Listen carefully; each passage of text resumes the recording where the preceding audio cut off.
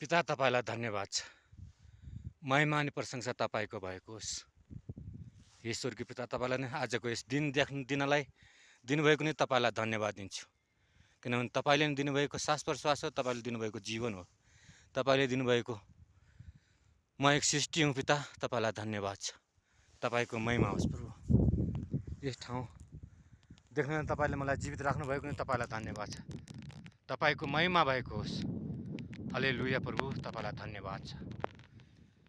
आज यो दिन दिनुभयो, त्यसको निम्ति तपाईँलाई धन्यवाद दिँदै बिन्ती अनि प्रार्थना गर्छु।